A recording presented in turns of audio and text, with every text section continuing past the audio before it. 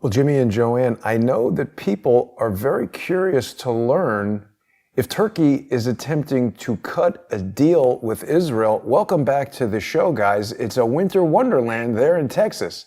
Yeah, I wish it was like here in Texas. Yeah, we cuss every time we see a movie and they got snow every place. We're jealous. We like snow. Well, listen, before we get into the news, Jason, I want to bring forward something that is proof positive that everybody really needs to be awake because the shit's fixing to hit the fan. We insure through USAA. They're one of the best insurance companies around, and we have to have. The only way we could do it is with renter's insurance on this little place because Marlene has a whole bunch of antiques and everything that we're responsible for. They couldn't insure the structure because it's been damaged with 2 hurricanes and it's barely livable. It's old. But we've had this insurance with USAA, our cars, etc. Well, we got our insurance bill and it had gone up 25% across the board. Whoa. But isn't USAA from the military or something? You have to be a veteran to get it. I have it through my father. That backs into me. My first husband was a Marine. We were married for 15 years. we contacted them. I first of all contacted the Texas Insurance Regulatory Board, and they said they made an appeal, and they had USAA made an appeal. Yeah, they made an appeal, and that they provided us with justification for the increases. I said 25%, and they said the justification is there. You'll have to contact your insurance carrier. So we contacted USAA, and the guy said, yeah, that's a big increase, and I'll look into it. We were on the phone with him, how long? An hour. And in the end, when we finally got through all the minutiae and everything, he said, well, this increase is based on anticipated losses in the future. What? I said, what? That's what we said too. What? I said, what? I said, have you got some information that we should know? Yeah. Are you tied in with HARP? Are they fixing to direct some more hurricanes this way? What is it? He said, well, I don't know. I don't see what that is. And I said, would you please tell me what information you got that you're able to justify anticipated losses where you got a 25% increase across the board? Yeah. Couldn't tell us. You know what that is, Jason?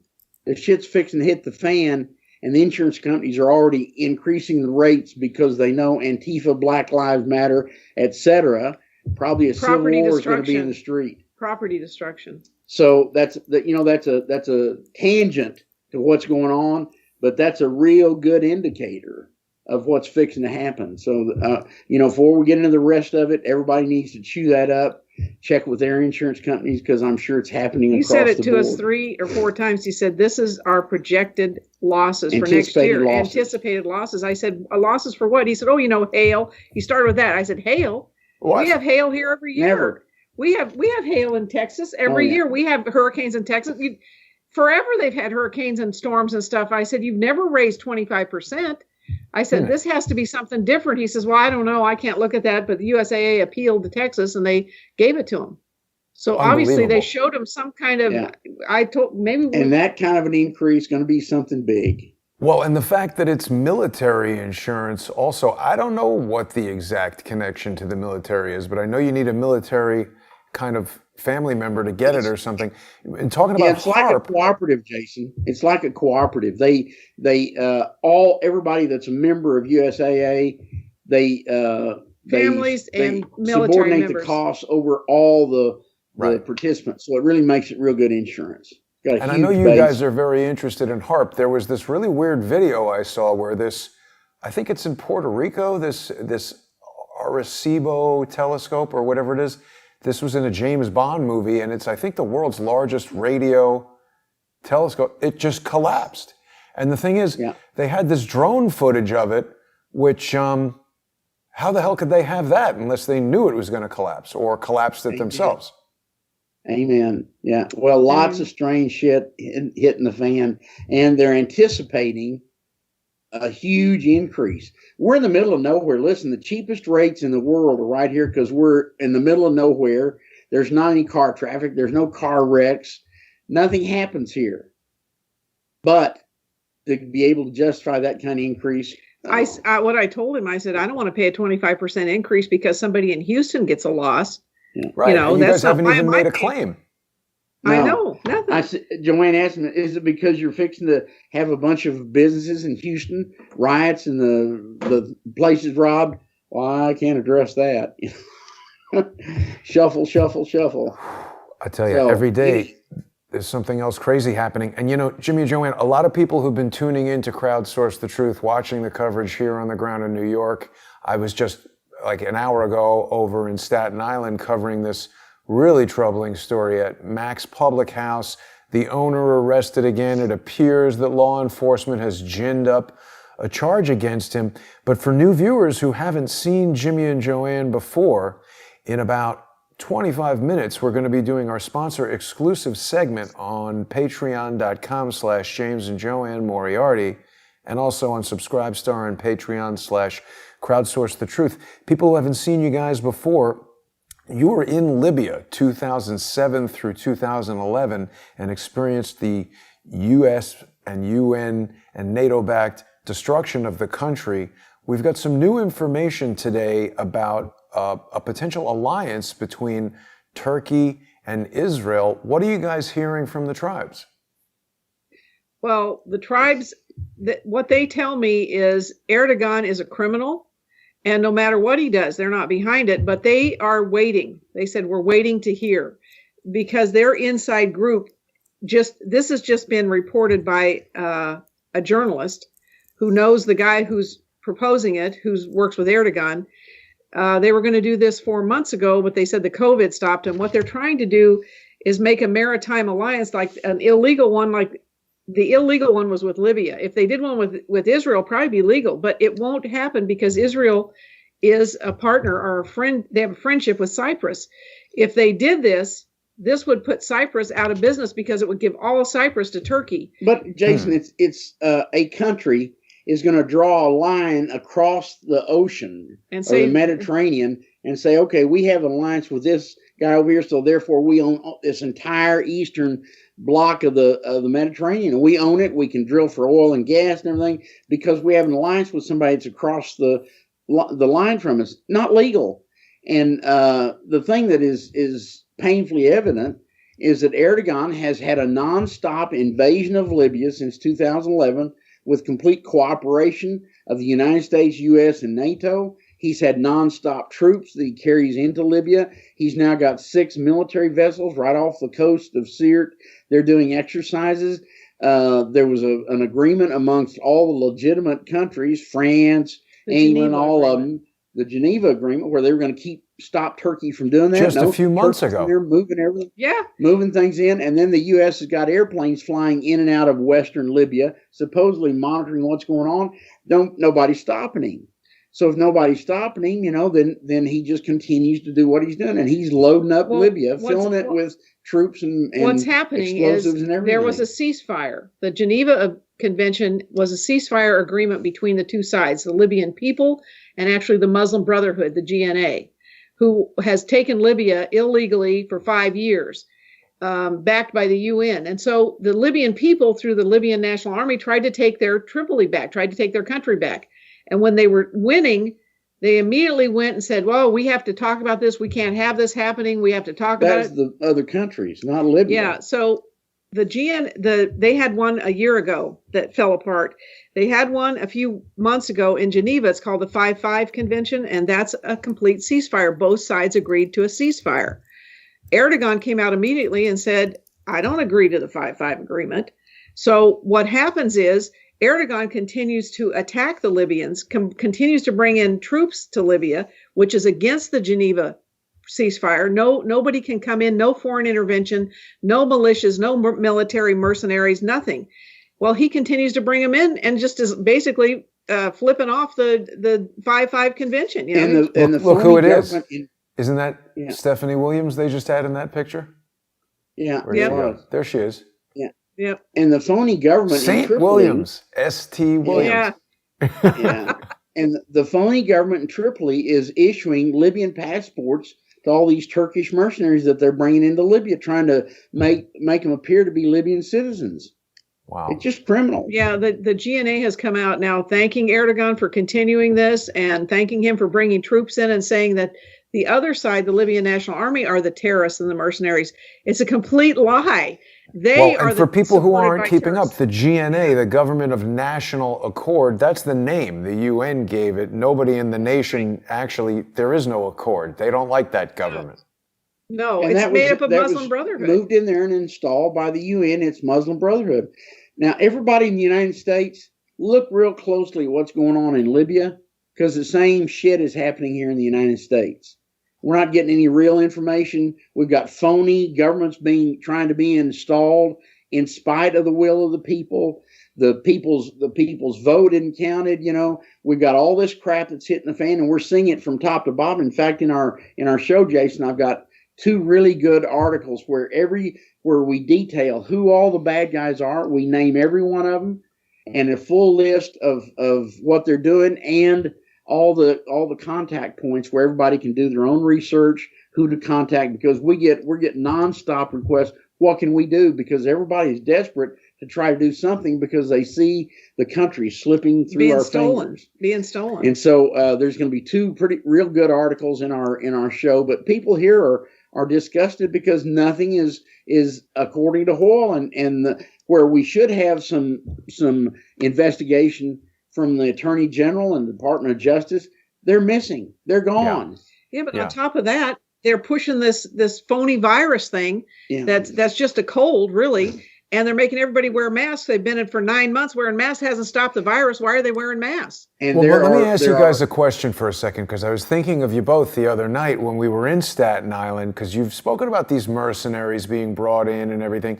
And I noticed that these sheriffs who are not NYPD, a lot of foreign faces. Now, that's not bad. We welcome immigrants and everything, but you don't have to even be a U.S. citizen to be a law enforcement officer. I didn't know that. We can see the attorney for Mac's Public House back here, Lou, I don't want to butcher his last name, I got to definitely remember it, but he reprimanded one of the officers for making a comment that this is a joke, with everybody out here protesting their, unconstitutional and illegal shutdown of the bar.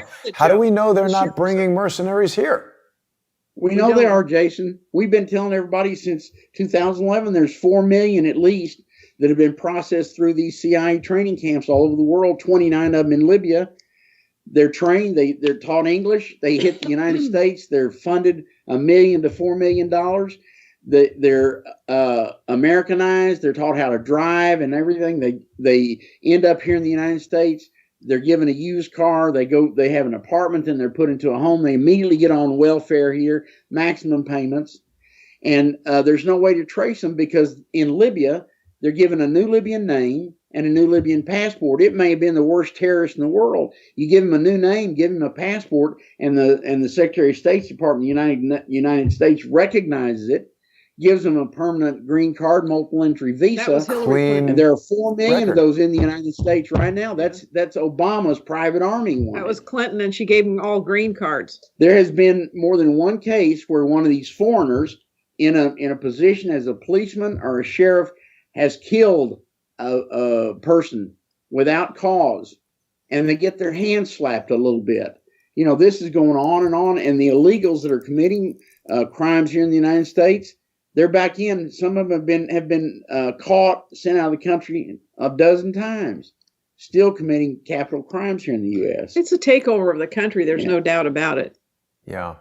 There was a lot of conversation, obviously, after the killing of George Floyd about some of the members of the black community who have been killed by police, but comparatively far less conversation about this woman who was killed by, I think, the first Somali-American police officer in Minneapolis, who a lot of other police officers said wasn't even qualified to be a police officer. So never had the training. Never had the training. I'm not into affirmative action for jobs where you give people a gun and the ability to shoot other people. Got to be trained. Yeah, well, if you look at the statistics, Jason, the number of blacks killed by police versus the number of whites, it's a lot smaller.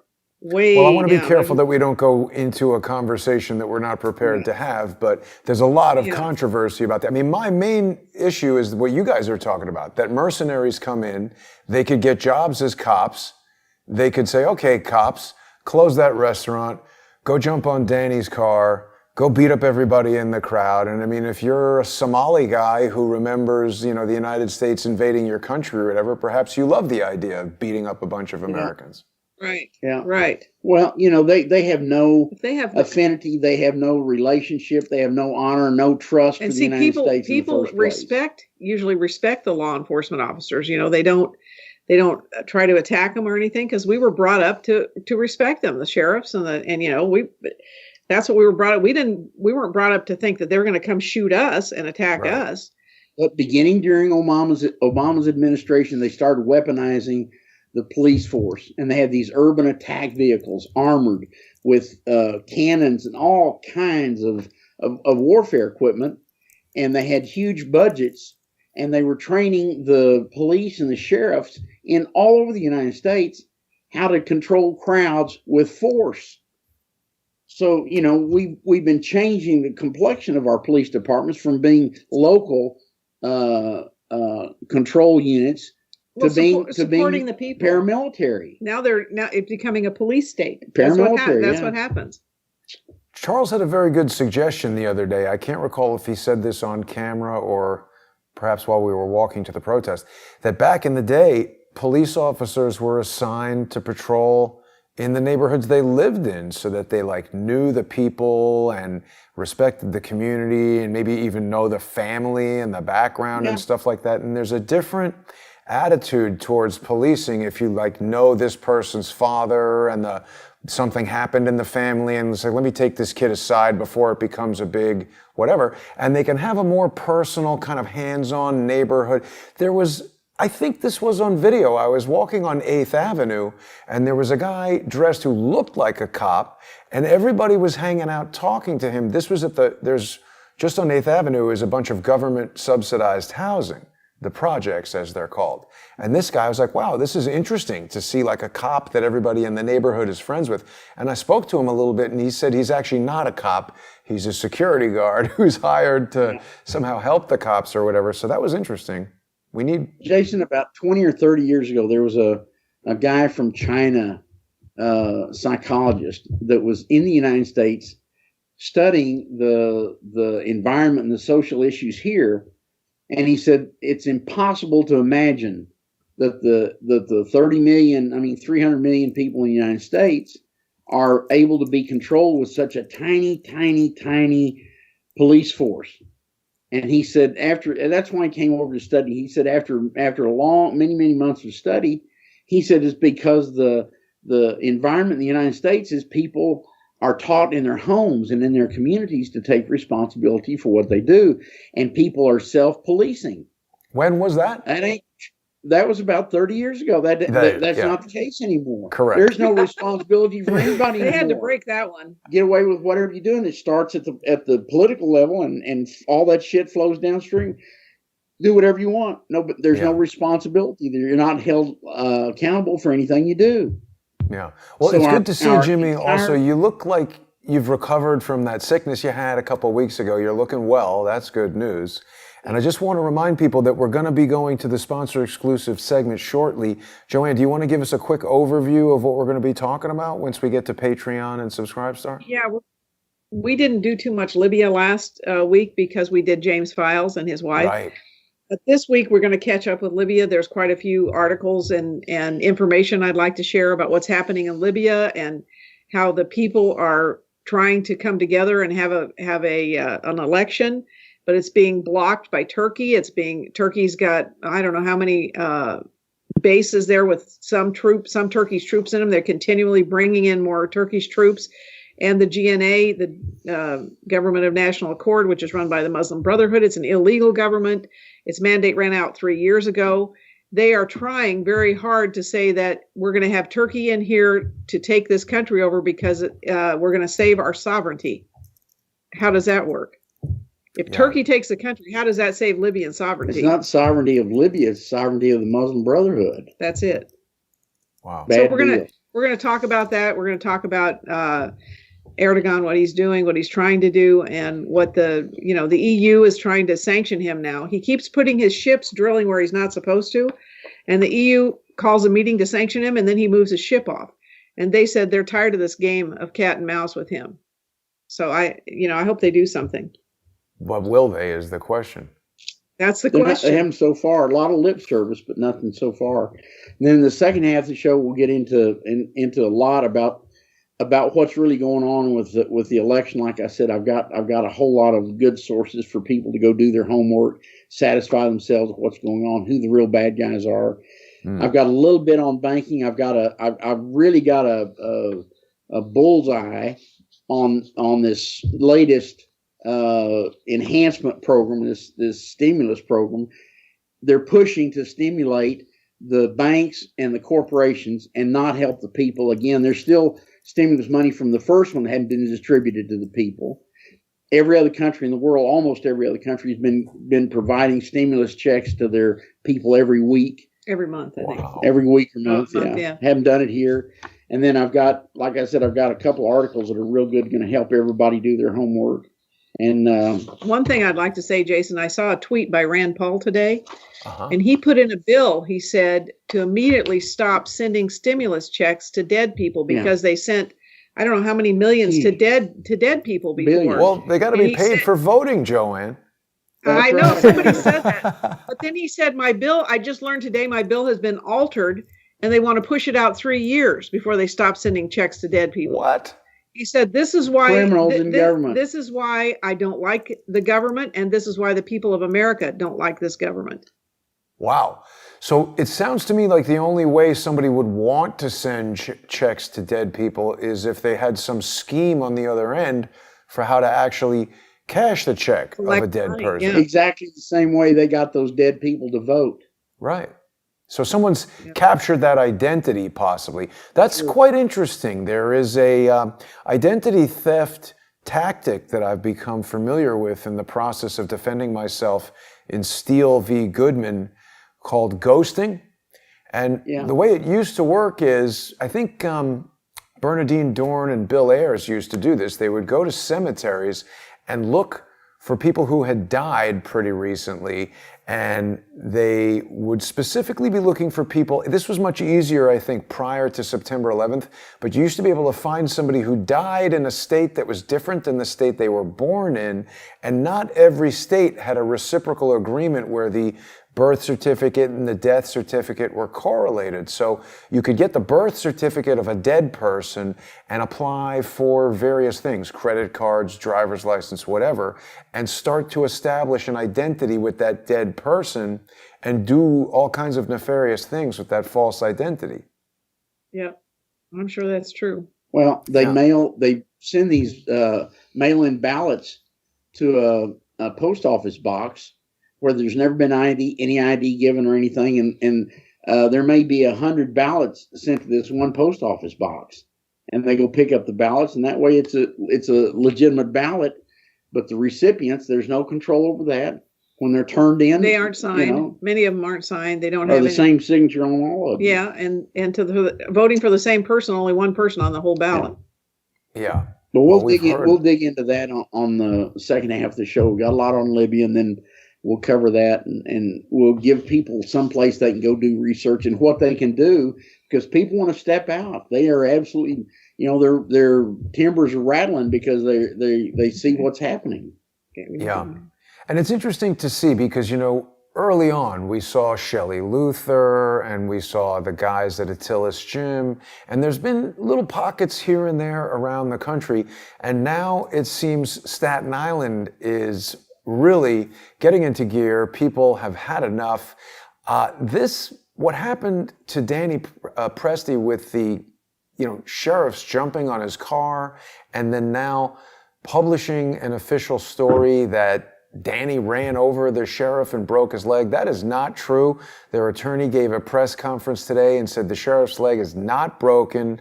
They were not in uniform. They did not identify themselves as law enforcement. The guy comes out of work at midnight, walks to his car, and 2 or 3 guys yell, "Hey, Presti," and start running at his car. He got in his car and he tried to drive away. He was in fear of his life.